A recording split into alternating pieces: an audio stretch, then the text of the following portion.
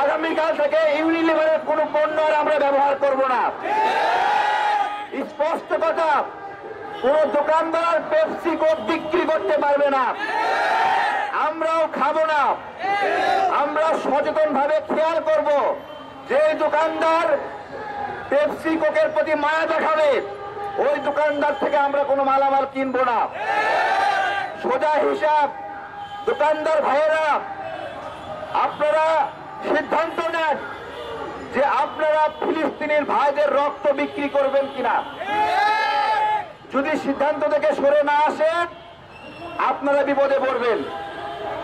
প্রিয় ভাইয়েরা, এই ক্রয় ক্ষমতা কতটুকু শক্তিশালী আপনি আপনাকে বলছি। স্টারবাক নামে একটা কফি বিক্রেতা রেস্টুরেন্টের কথা আপনারা জানেন।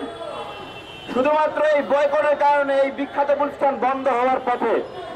তা আমরা কি পারি না এই আমেরিকার প্রতিষ্ঠান ইউনিলিভারে লালবাতি জ্বালাইতে? সম্ভব নি বলেন?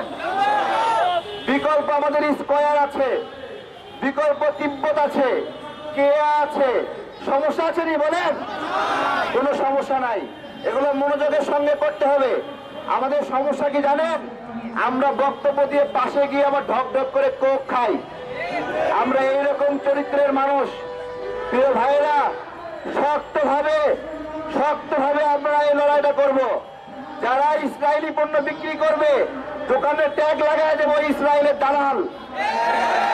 আমরা নিশ্চিত করব এই বাংলাদেশ থেকে অন্তত ইসরায়েলের জন্য, আমেরিকার জন্য একটা পয়সাও যাবে না।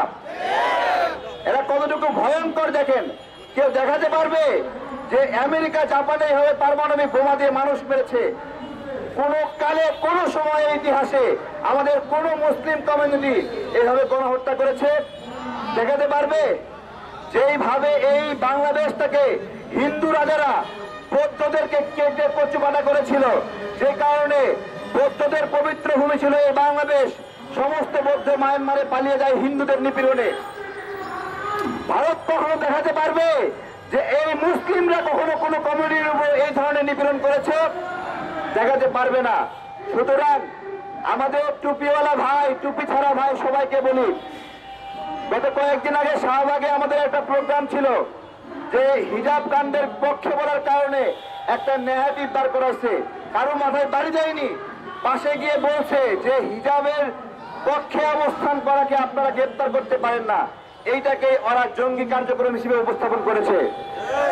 আমার কথা, আমাদেরকে ঐক্যবদ্ধ হতে হবে শাহবাগীদের বিরুদ্ধে। আমাদের ঐক্যবদ্ধ হতে হবে তাদের বিরুদ্ধে যারা ইসলামপন্থীদের রাষ্ট্রকল্প পছন্দ করে না। তাদের বিরুদ্ধে ঐক্যবদ্ধভাবে অবস্থান তৈরি করতে হবে। দুঃখজনক, ঢাকা বিশ্ববিদ্যালয়ে আমাদের প্রতিনিধিত্ব সেভাবে নাই। আপনারা খেয়াল করবেন, চর্চা করবেন, ওইখানে যারা ইসলামপন্থীরা আছে সবাইকে এক জায়গায় আসতে হবে।